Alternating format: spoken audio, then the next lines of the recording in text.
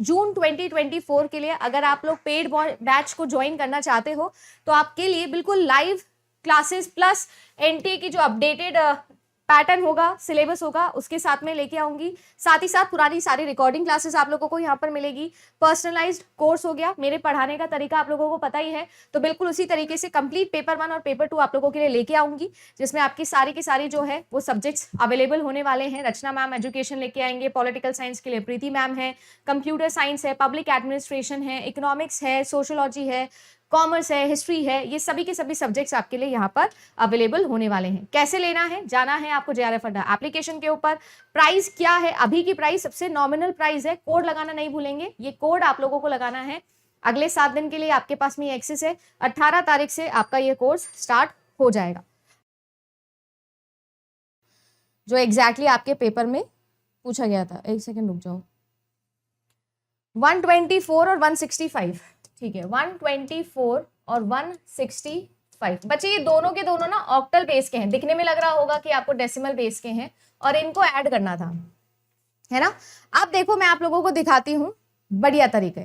2 question थे, केबीएमबी में था ऑक्टल हाँ अभी करते हैं। अब देखो सबसे पहली बात तो जो आप लोगों का ऑक्टल रिप्रेजेंटेशन होता है, इसके आपके पास में सॉल्व करने के 3 तरीके हैं। सबसे बेसिक तरीका थोड़ा लंबा है, पर सबसे बेसिक तरीका है कि आप इसको बाइनरी में कन्वर्ट कर लो, ठीक है ना। ऑक्टल से बाइनरी में कन्वर्ट करने में आपको वैसे ही पता है हम क्या करते हैं मैम, 4 to 1 का कन्वर्जन यहाँ पर यूज करते हैं। 4 to 1 का कन्वर्जन से मेरा मतलब क्या है, जैसे यहाँ पर मैंने लिखा है 124, तो ये जो 124 मैंने लिखा है ना, मैं हर एक डिजिट के लिए 4 to 1 रिप्रेजेंटेशन यहाँ पर बना सकती हूँ, और उसकी मदद से आप क्या कर सकते हो मैम, उसकी मदद से आप इस नंबर को बाइनरी में कन्वर्ट कर सकते हो। कैसे मैम, 4 को लिखने के लिए 4 चाहिए, 2 नहीं चाहिए, 0 क्योंकि 1 भी नहीं चाहिए।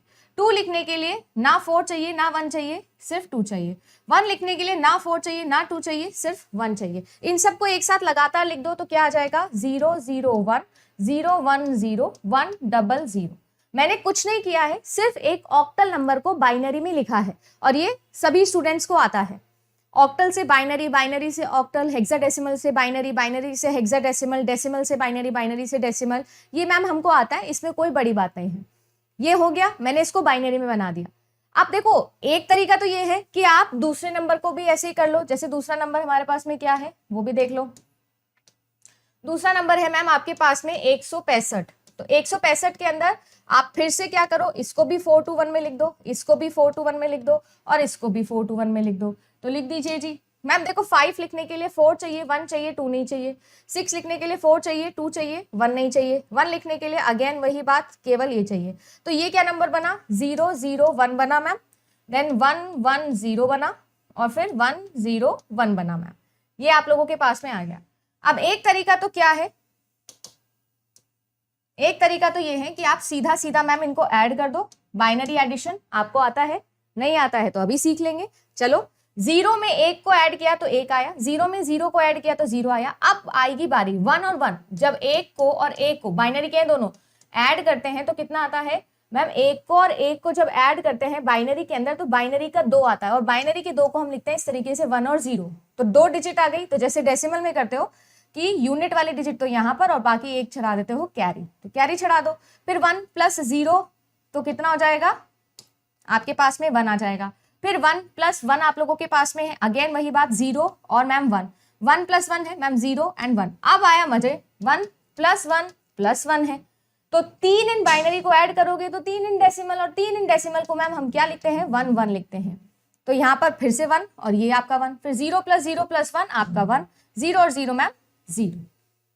ये क्या किया मैंने मैम, आपने एक ऑक्टल नंबर को बाइनरी में कन्वर्ट किया है, और फिर उस बाइनरी नंबर को ऐड करके आपने बाइनरी नंबर बना लिया है।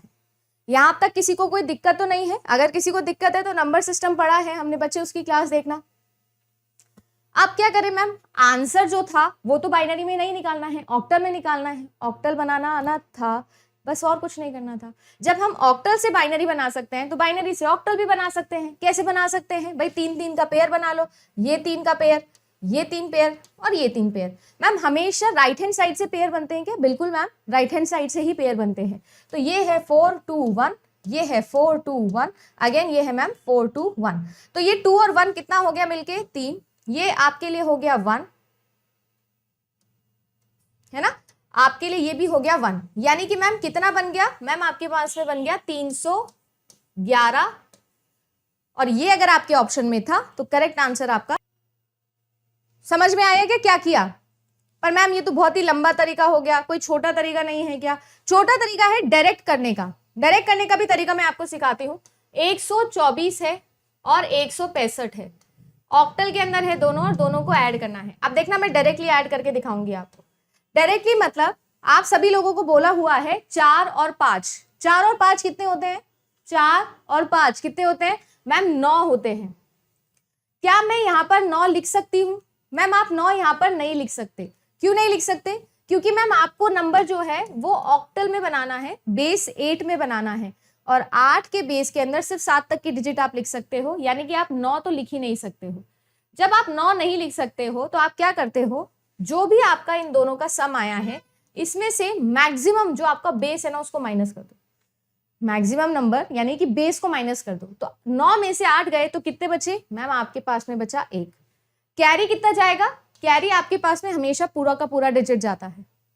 अब देखो आपसे बोला हुआ है 6 और 2 कितना हुआ? 8, और 8 और 1 फिर से कितना आ गया मैम? फिर से आ गया 9। क्या यहाँ पर 9 लिख सकती हूँ? नहीं मैम नहीं लिख सकते, तो फिर से वही करो,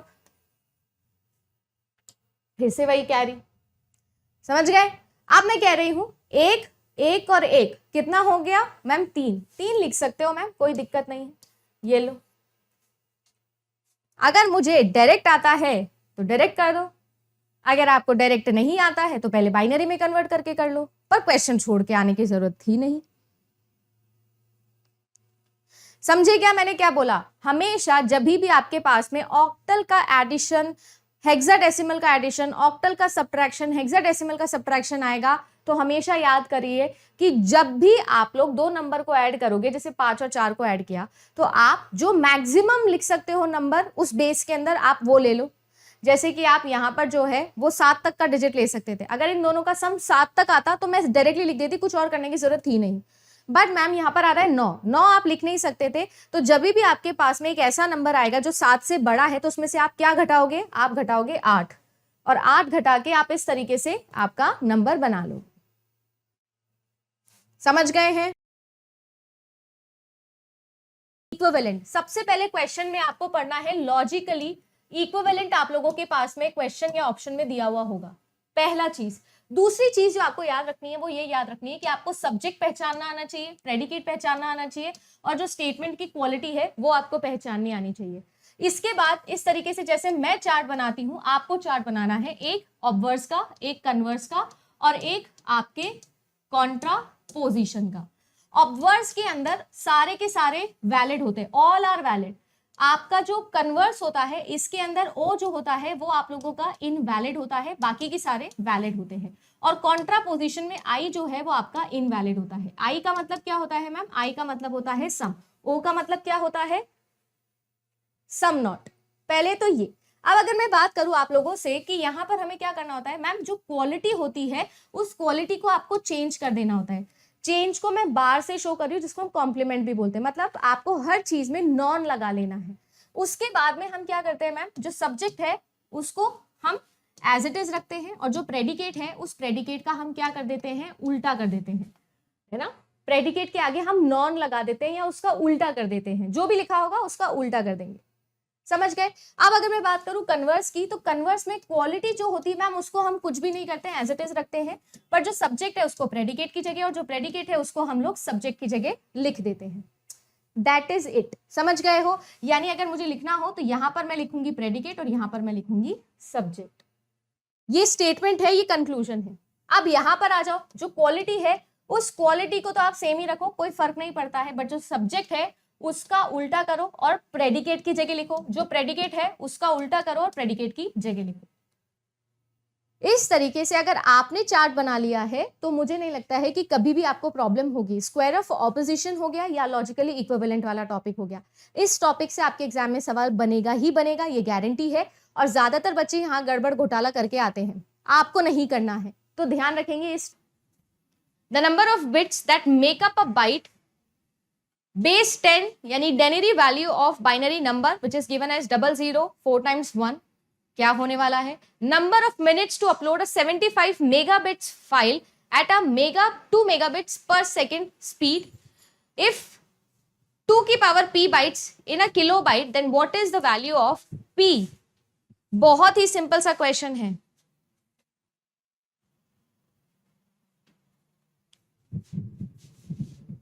बी देखो कैसे, आपको पता है कि कितने बिट्स होते हैं जो बाइट बनाते हैं? मैम 8 होते हैं. इसके अलावा अगर मैं आप सभी लोगों से बात करूं तो 2 की पावर p लिखा है, 2 की पावर p, और मैं ये कह रही हूं कि 1 kb के बराबर है. तो आपको पता है 2 की पावर 10 जो है वो 1 kb के बराबर होता है मैम. यानी कि आप लोगों का इसका हो जाएगा ये और इसका हो जाएगा ये, यानी कि a का होगा 2 और d का होगा 3, a का 2 और डी का 3. ऑप्शन नंबर बी आपका बिल्कुल सही आंसर है. पर यहां पर इस क्वेश्चन के अंदर ऑप्शन नंबर 2 या बेसिकली क्वेश्चन नंबर जो 2 है और जो सी है, बी और सी जो है ऑप्शन, ये सॉल्व करने लायक है. ये सॉल्व करने लायक है. देखो मैं आप लोगों को बताती हूँ, कई बार मैंने पहले भी समझाई है. अगर आप लोग नए हो तो मैं दोबारा से समझाऊंगी कि नंबर ऑफ मिनट्स अगर आपको निकालने हो, आपके पास में टोटल क्या है? टोटल आपके पास में 75 मेगाबाइट्स की एक फाइल है, 75 मेगाबाइट्स की, और 2 मेगाबिट्स पर सेकेंड, MBPS, 2 मेगाबिट्स पर सेकेंड की आप लोगों की अपलोड स्पीड है. ये क्या है? ये आपका फाइल. देखो सीन क्या होता है, आपके पास में इमेजिन करिएगा इस तरीके से एक क्लाउड है. क्लाउड के ऊपर आपको पता है ना क्या होता है? आप लोगों का सर्वर होता है. और ये क्या है? ये आपका कंप्यूटर जी है. मिस्टर चपलू जी को बुला लेते हैं. ये मिस्टर चपलू जी का पीसी है. अब देखो मिस्टर चपलू जी ने क्या किया हुआ है? इंटरनेट कनेक्शन लिया हुआ है ना जी, इंटरनेट कनेक्शन इन्होंने लिया हुआ है. अब चपलू जी के पीसी से सर्वर पर डेटा जाता है और सर्वर से डेटा उठ के पपलू जी के और चपलू जी के टीवी पे आता है या कंप्यूटर पे आता है. जब हम लोग हमारे पीसी से नेटवर्क को, क्लाउड को डेटा फाइल भेजते हैं, तब हम उसे कहते हैं अपलोडिंग. अपलोड करना. क्या कहते हैं? अपलोड करना.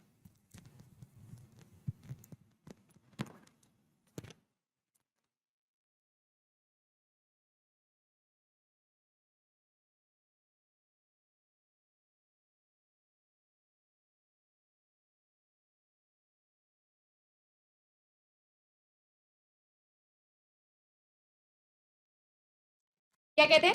अपलोड करना. और जब हम लोग नेटवर्क से डेटा फाइल उठाकर मिस्टर चपलू जी के टीवी पर लेके आएंगे, मिस्टर चपलू जी के पास में लेकर आएंगे, उसे हम क्या कहते हैं? उसे हम लोग कहते हैं डाउनलोड करना.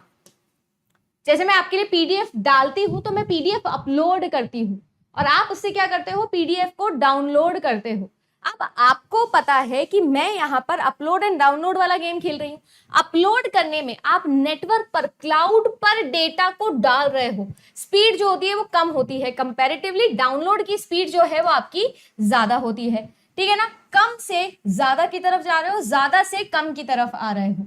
अब सीन ऐसा है कि मैम आपको ये बोला हुआ है कि पर सेकंड मतलब है कि एक सेकंड के अंदर आप 2 मेगाबिट्स डेटा को ट्रांसमिट कर देते हो. क्वेश्चन क्या कह रहा है कि आप एक सेकंड के अंदर 2 मेगाबिट्स, स्मॉल बी लिखा है, स्मॉल बी का मतलब होता है बिट्स, तो 2 मेगाबिट्स का डेटा आप लोग क्या कर दे रहे हो? अपलोड कर रहे हो एक सेकंड के अंदर. 2 मेगाबिट्स का मतलब मैं ये बोल दूं तो 2 × 2 की पावर 20 बिट्स. किसी को कोई दिक्कत तो नहीं है? अच्छा, अगर आपको ऐसे भी नहीं लिखना है तो आप इसको 10 की पावर में भी लिख सकते हो, 10 की पावर 6 बिट्स.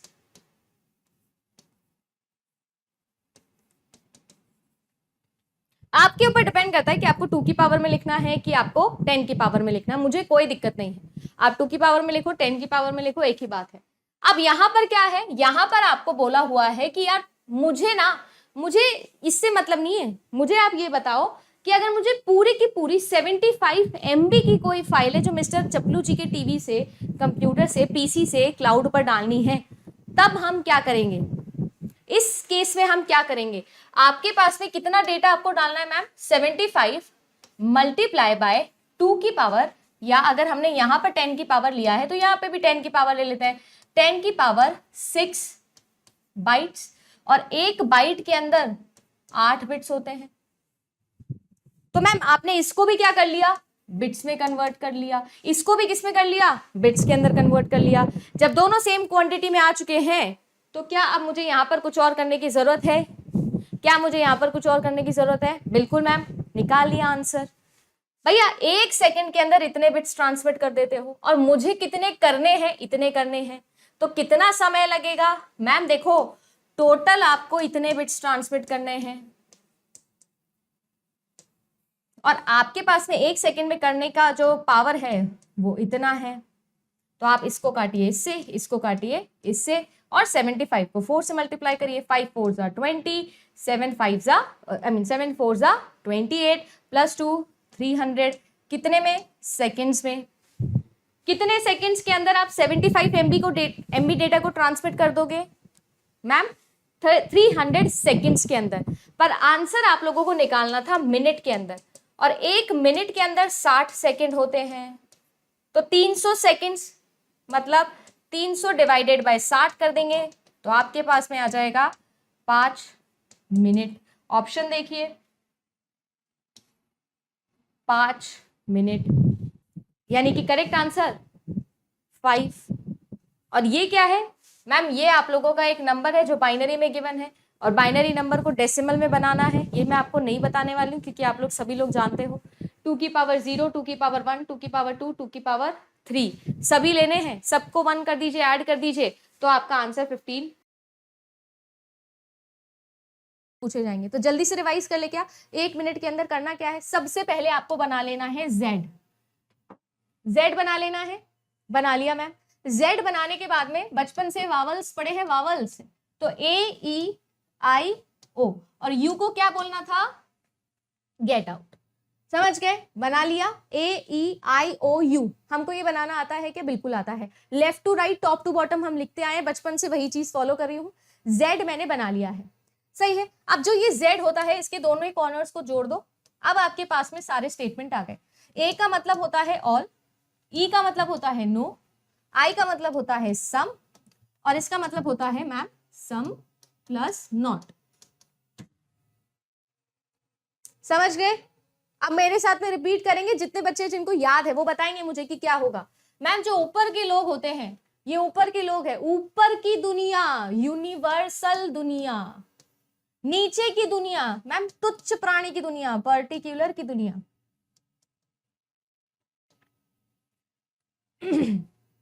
मैम ऊपर की दुनिया में कौन रहता है? ऊपर की दुनिया में, अरे ऊपर यूनिवर्स है मैम, भगवान है। भगवान ने कोई चीज बोल दी कि भाई ट्रू होगी, तो नीचे वालों को मानना पड़ेगा ना, मानना पड़ेगा। मतलब मैं कह दूं कि ऑल ट्रू है तो क्या सम ट्रू होगा? बिल्कुल होगा। मैं कह दूं नो ट्रू है तो क्या सम नॉट ट्रू होगा? मैम बिल्कुल होगा।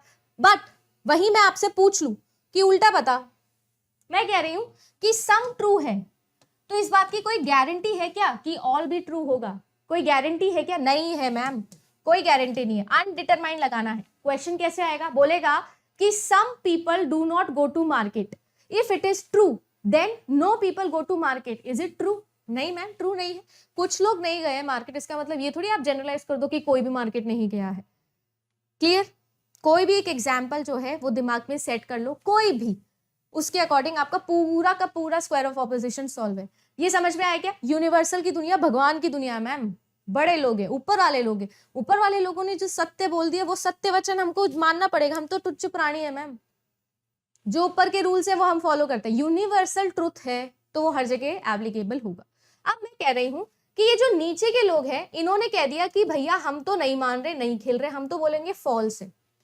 हम कह रहे हैं जो पर्टिकुलर लोग हैं उन्होंने कह दिया फॉल्स, तो आप ये कह दो कि जो फॉल्स है वो ऊपर वालों को भी क्या करेगा? फॉल्स ही बोल देगा। जैसे कि मैं ये कह रही हूं कि वो एक मछली आपने पकड़ ली जो पूरे तालाब को गंदी करती है। मैं ये कह रही हूं कि जो सम है उसने कह दिया मैं तो नहीं खेल रहा, मैं तो फॉल्स बोलूंगा। तो क्या कभी यूनिवर्सल जो है वो ट्रू हो सकता है? नहीं मैम, वो भी फॉल्स ही हो ही जाएगा। समझ गए ना, क्योंकि यूनिवर्सल के अंदर ही तो पर्टिकुलर आ रहा है, और एक अगर फॉल्स बोल रहा है तो सभी के लिए फॉल्स हो गया वो। समझ गए? तो जो फॉल्स होता है वो नीचे से ऊपर की तरफ जाता है, और जो ट्रू होता है वो नीचे की तरफ आता है। समझ गए? आप ऐसे भी कह सकते हो जो फॉल्स चीज है, जो नेगेटिव चीज है, वो मैम बहुत तेजी से ऊपर बढ़ती है। आप कोई नेगेटिव बात बोल के देखो, शाम तक बांग्लादेश बॉर्डर तक पहुंच जाएगी वो चीज। बट कोई अच्छी बात बोल के देखो तो पड़ोस वाले गुप्ता जी भी नहीं सुन रहे आपकी। समझ गए? अभी आपके लिए यूट्यूब पर एक वीडियो आ जाए, कैंसिल हुआ यूजीसी नेट का एग्जामिनेशन, 1 मिलियन व्यूज आ जाएंगे उस पर। समझ रहे हो? ये हुआ पेपर लीक, ये बोल दिया यूजीसी के चेयरमैन ने, इस तरीके का एक वीडियो नहीं आया, सारे बच्चे उसकी तरफ भागेंगे। बट जहां पर आपको कंटेंट पढ़ाया जा रहा है, जहां पर आपको समझ रहे हो ट्रिक्स अप्लाई करवाई जा रही है, वहां पर नहीं है ध्यान, वहां पर नहीं है ध्यान। नेगेटिव चीज बहुत जल्दी ऊपर जाती है, पर जो अच्छी चीज होती है वो धीरे धीरे आ रही होती है। तो ये क्या है, नीचे की तरफ आती है, और ऊपर की तरफ तेजी से कौन जाता है? फॉल्स वाली चीज। ये जो आपको मैंने ऊपर से नीचे वाला रिलेशन बताया है, इसको हम बोलते हैं सब ऑल्टरनेशन। क्या कहते हैं? सब ऑल्टरनेशन। जिसमें आप करते क्या हो, आप यूनिवर्सल और पर्टिकुलर का रिलेशन बताते हो। आपकी एक्चुअली में क्वालिटी चेंज हो रही है। यहाँ पर कैसे चेंज हो रही है मैम? ऑल का सम हो जा रहा है, नो का सम नॉट हो जा रहा है। सही है मैम, ये भी ठीक है। अब अगला मैं ये कहती हूं कि आपके लिए ये जो ऊपर के लोग होते हैं ना, ऊपर के लोग, इनके बीच में जो रिलेशन होता है इसे हम कहते हैं मैम कॉन्ट्रेरी। क्या कहते हैं? कॉन्ट्रेरी, जो ऑल के और नो के बीच में होता है। अब ये जो कॉन्ट्रेरी लोग है ना, ये एक दूसरे के कॉन्ट्रेरी है। मतलब अगर ऑल कह रहा और नो कह रहा कोई बात, ये दोनों कभी भी एक साथ क्या नहीं हो सकते? ट्रू नहीं हो सकते। सोच के देखो ना, all boys went to school, no boys went to school, कभी ये दोनों बातें एक साथ ट्रू हो सकती है क्या मैम? नहीं हो सकती। पर क्या ये एक साथ फॉल्स हो सकते हैं? ये भी फॉल्स, ये भी फॉल्स, एक साथ बोल रही हूँ साइमल्टेनियसली। यस मैम, हो सकते हैं। मैंने कहा all boys went to school, ये फॉल्स है, and no boys went to school, ये भी फॉल्स है। क्या ये सही? बिल्कुल सही है मैम। दोनों एक साथ फॉल्स हो सकते हैं। मतलब हम बॉयज का और स्कूल का कोई रिलेशन ही नहीं मान रहे, हम भेज ही नहीं रहे लड़कों को स्कूल। दोनों एक साथ फॉल्स हो सकते हैं, पर दोनों एक साथ ट्रू नहीं हो सकते। अच्छा, ये जो नीचे के लोग हैं, ये ऊपर के लोगों से ही कॉपी पेस्ट मार रहे हैं मैम। ये कॉन्ट्रेरी, तो नीचे के लोग सब कॉन्ट्रेरी। नीचे क्या है ना, ऊपर के लोग कॉन्ट्रेरी, तो नीचे के लोग क्या होंगे? सब कॉन्ट्रेरी। नीचे की दुनिया है। ये क्या कहते हैं? ये कहते हैं कि जो कॉन्ट्रेरी बोलेगा मैं तो उसका उल्टा ही करूंगा। मतलब ये एक साथ ट्रू तो हो सकते हैं, पर एक साथ फॉल्स नहीं हो सकते। समझ गए? ये एक साथ वाली बात बोल रही हूं मैं। मैम अगर क्वेश्चन में ऐसा आया कि मैंने क्या किया, मैंने ऑल वाले स्टेटमेंट को बोल दिया ट्रू, मैंने ऑल वाले स्टेटमेंट को ट्रू बोल दिया। अब मैं क्या कह रही हूं, एक एक करके एग्जाम्पलीफाई कर रही हूं। मैं कह रही हूं कि ऑल को मैंने कह दिया है ट्रू। अब आपके नो के साथ में क्या होगा? नो को क्या करोगे?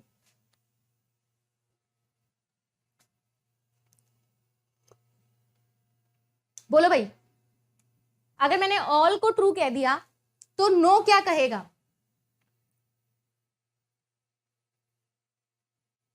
क्या कहेगा? मैंने कहा all boys went to school, ये मैं कह रही हूं ट्रू है, तो no boys went to school क्या बोलेगा मैम? फॉल्स बोल देगा ना, कि ये तो फॉल्स हो गया।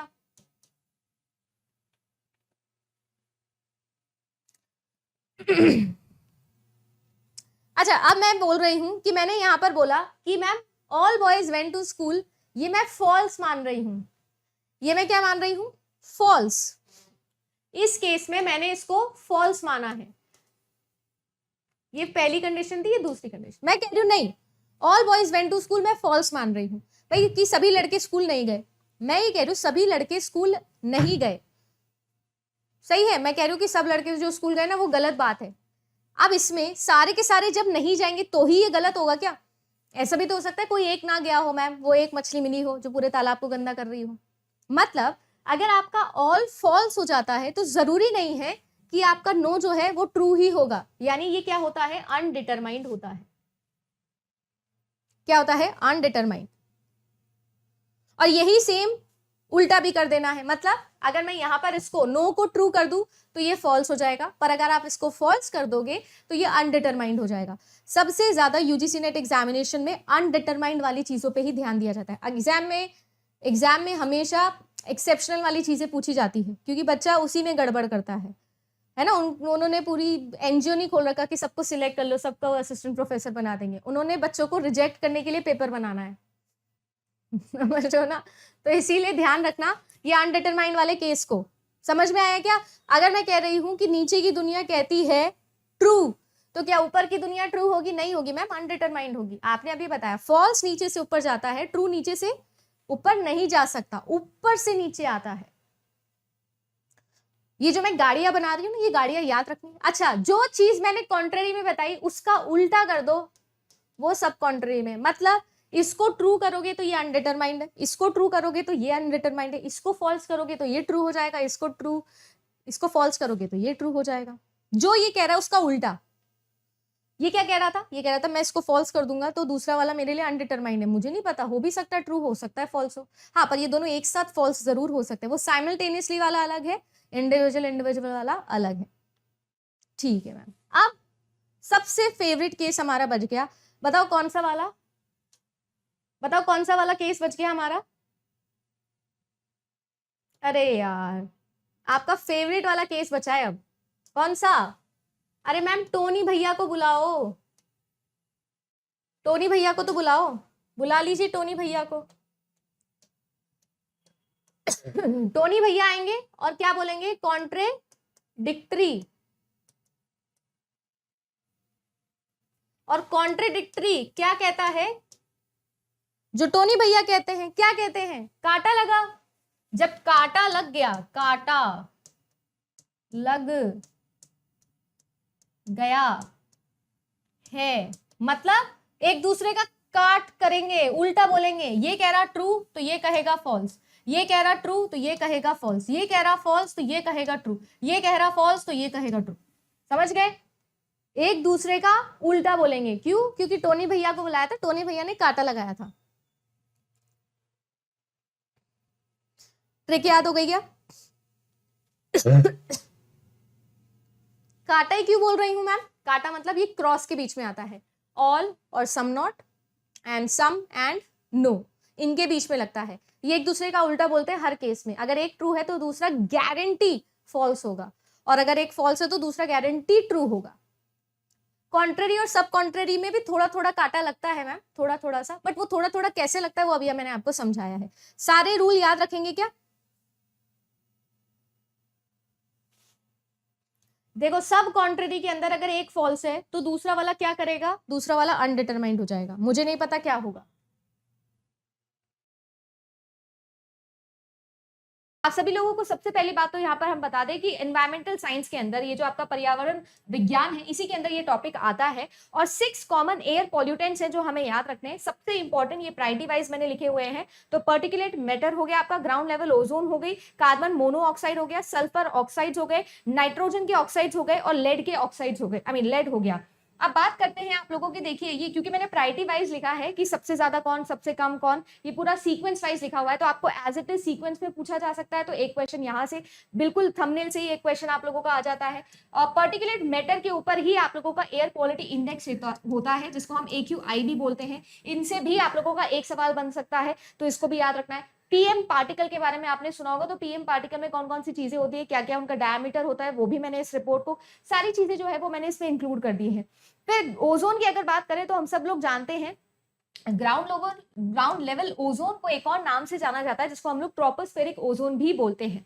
देखिए, आप लोगों आप लोगों के पास में ये जो अर्थ का जो एटमॉस्फेयर है, इसमें देखिए सबसे नीचे वाली लेयर होती है आपकी ट्रोपोस्फेयर, और ऊपर वाली जो होती है इसकी वो होती है स्ट्रेटोस्फेयर। तो हमारे लिए जो है वो स्ट्रेटोस्फेयर वाली तो बड़ी अच्छी है, और जो ट्रोपोस्फेयर वाली है वो है खराब, जो कि ग्राउंड लेवल के नाम से जानी जाती है। तो ये चीज भी याद रखिएगा, जो एटमॉस्फेयर की फर्स्ट लेयर है फ्रॉम द ग्राउंड, ट्रोपोस्फेयर, वहां पर रहने वाली जो ओजोन है ना, वहां से आपके एग्जाम में काफी सारे क्वेश्चन पूछे जाते हैं। देन कार्बन मोनोऑक्साइड बहुत ही ज्यादा सीवियर माना जाता है। क्यों? इसे साइलेंट डेथ के लिए भी कारक माना जाता है, तो ये भी आप याद रखिएगा, कार्बन मोनोऑक्साइड से भी सवाल बनता है। नाइट्रोजन ऑक्साइड्स को मैंने स्टार मार्क इसलिए किया है क्योंकि नाइट्रोजन ऑक्साइड्स अपने आप में 4-5 कैटेगरीज में आते हैं, 4-5 वेराइटी के अंदर आते हैं।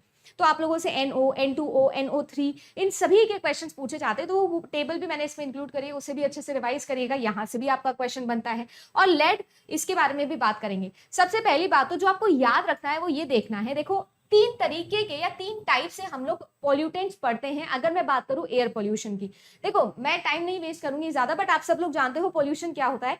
हमारे एनवायरनमेंट में जो भी चीज है हम सबके लिए वो इंपॉर्टेंट है, चाहे वो कुछ भी हो, बट कोई भी चीज अपनी पर्याप्त मात्रा से ज्यादा जब एनवायरनमेंट में हो जाती है तो उसको हम लोग पॉल्यूशन कहते हैं। जैसे कार्बन डाइऑक्साइड हमारे लिए जरूरी है, नहीं तो अर्थ का जो टेम्परेचर है वो -18 डिग्री सेल्सियस चला जाएगा, तो लाइफ पॉसिबल नहीं हो पाएगी, इसलिए कार्बन डाइऑक्साइड जरूरी था। बट अब कार्बन डाइऑक्साइड का बहुत ज्यादा मात्रा हो गई, बहुत ज्यादा अमाउंट में वो हो गई है, इसकी वजह से वो हमारे लिए नुकसानदेही है। बिल्कुल वैसे ही जितने भी पॉल्यूशन है, चाहे आप लोग एयर देख लो, चाहे वाटर देख लो, कोई भी देख लो आप, सबके अंदर जो पॉल्यूटेंट्स है वो इंपॉर्टेंट है, बस उनकी मात्रा जो है वो ज्यादा हो गई, इसके लिए वो डेंजरस हो जाते हैं। अब यहां पर ये समझना है कि जो 3 टाइप के पॉल्यूटेंट्स हैं एयर के अंदर वो कौन कौन से होते हैं। एक होते हैं जो गैशियस होते हैं, एक हो जाते हैं आप लोगों के पर्टिकुलेट मैटर वाले, और एक होते हैं आपके रेडियो एक्टिव। तीनों से ही एग्जाम में सबसे ज्यादा क्वेश्चंस पूछे जाते हैं। टाइप्स ऑफ पॉल्यूशन की बात करूं तो एयर पॉल्यूशन, वाटर पॉल्यूशन, ये 2 सबसे इंपॉर्टेंट टाइप ऑफ पॉल्यूशन है जिससे हर साल एग्जाम में क्वेश्चन बनता है, इसीलिए आज एयर पॉल्यूशन डिस्कस कर रही हूं। ऐसे ही कल के दिन में वाटर पॉल्यूशन आपसे डिस्कस करूंगी, बट गैशियस, पार्टिकुलेट और रेडियो एक्टिव तीनों ही बहुत ही ज्यादा इंपॉर्टेंट है। अब देखो इन तीनों में कौन कौन से आते हैं, एक एक करके सर अच्छे से समझते हैं। ये एक डायग्राम था जो मुझे आप लोगों के लिए मिला, और बहुत ही अच्छा डायग्राम है, बहुत अच्छे से बताता है सारी चीजें। इसकी टेबल भी मैं आपको दे दूंगी सो दैट आप रिवाइज करो, बट फिलहाल आप इसको ध्यान से देखो। देखो ये हमारा पूरा का पूरा एक आपका एनवायरनमेंट को शो कर रहा है, काइंड ऑफ अ स्नैपशॉट है हमारे एम्बिएंट एनवायरनमेंट का, जिसमें 2 तरीके के पॉल्यूटेंट्स आप लोगों को यहाँ पर दिखाए गए हैं। एक जिनको हम बोलते हैं प्राइमरी पॉल्यूटेंट्स और एक जिनको हम बोलते हैं सेकेंडरी। प्राइमरी को हम डायरेक्ट भी बोलते हैं और सेकेंडरी को हम इनडायरेक्ट भी बोलते हैं। सेकेंडरी पॉल्यूटेंट्स ज्यादा सीवियर होते हैं क्योंकि ये जो है ये एनवायरनमेंट के अंदर इनडायरेक्टली मौजूद होते हैं और इन्हें तोड़ना बहुत मुश्किल होता है या इनसे बचना थोड़ा ज्यादा मुश्किल होता है। तो ज्यादा सीवियर कौन से होते हैं, सेकेंडरी होते हैं। तो S for secondary, S for severe. वैसे बच्चों वाली चीज है, सब लोग जानते होंगे, बट स्टिल मेरा काम है बिल्कुल बेसिक से समझाना, तो यही कर रही हूँ। Primary pollutant primarily directly environment के अंदर मौजूद होते हैं, ये हार्मफुल होते हैं, बट इनसे कहीं ज्यादा हार्मफुल जो है वो आपके सेकेंडरी होते हैं, जिसमें आपका सल्फर का ट्राईऑक्साइड आता है, नाइट्रिक हो जाता है, नाइट्रिक एसिड आप लोगों का H2SO4 हो जाता है, ओजोन आप लोगों की आ जाती है, पर्टिकुलेट मैटर्स आप लोगों के आते हैं, हाइड्रोजन पर ऑक्साइड होता है, इसमें से पिछले साल आप लोगों के एग्जाम में क्वेश्चन बना था, है ना, अमोनियम हो जाता है, ये सारी की सारी चीजें हो जाती है। अब देखो ये सभी चीजों की अगर हम लोग बात करें तो आपको VOC भी याद रखना है। VOC ये किससे बनता है, वॉलेटाइल ऑर्गेनिक कंपाउंड से, ये हाइड्रोकार्बन से बनता है जी। अब देखो जहां पर भी ऑर्गेनिक वर्ड आ जाता है, पहले भी मैंने आपको सिखाया था, हाइड्रोजन और कार्बन जहां साथ में आ जाए वही आपका ऑर्गेनिक कंपाउंड होता है, इन दोनों के मिक्सचर से ये बन जाता है। और ये भी याद रखना है कि फोटोकेमिकल प्रोसेस जो होती है ना, तो प्राइमरी पॉल्यूटेंट्स फोटोकेमिकल प्रोसेस के द्वारा सेकेंडरी पॉल्यूटेंट्स में बदल जाते हैं। अब ये फोटोकेमिकल मतलब सनलाइट की प्रेजेंस के अंदर ये लोग क्या करते हैं, प्राइमरी से सेकेंडरी में बन जाते हैं, अपने आप कह सकते हो कि ज्यादा सीवियर फॉर्म में, जिसको हिंदी में हम शायद विकसित रूप भी बोल सकते हैं, और भी ज्यादा बढ़ चढ़ के हमारे सामने होते हैं, और इनसे जो है बहुत ज्यादा हार्मफुल चीजें होती है।